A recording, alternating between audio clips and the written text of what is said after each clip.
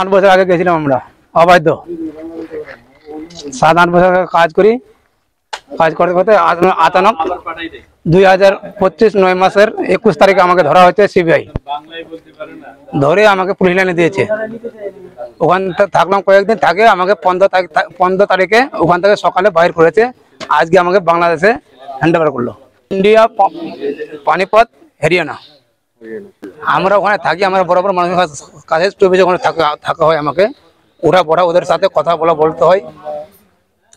যেখানে এইদিকে সুপারভাইজার আছে কোম্পানিতে গার্মেন্টসে, আমি ওখানে বড় সুপারভাইজার ছিলাম।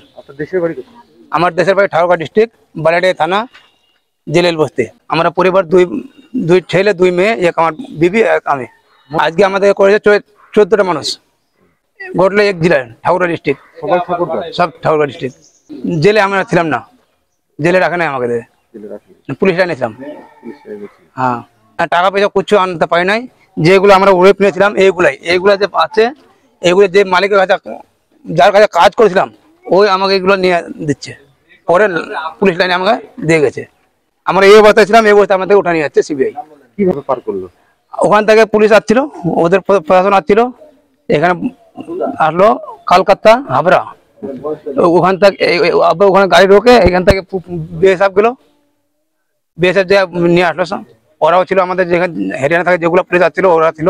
ওরা আসে একসাথে আমাদেরকে এখানে বর্ডারে গেটে তোক দিয়ে গেল আমাদের বাংলাদেশের প্রশাসনের কাছে। কখন এটা? এটা মোটামুটি সকাল 10টায়।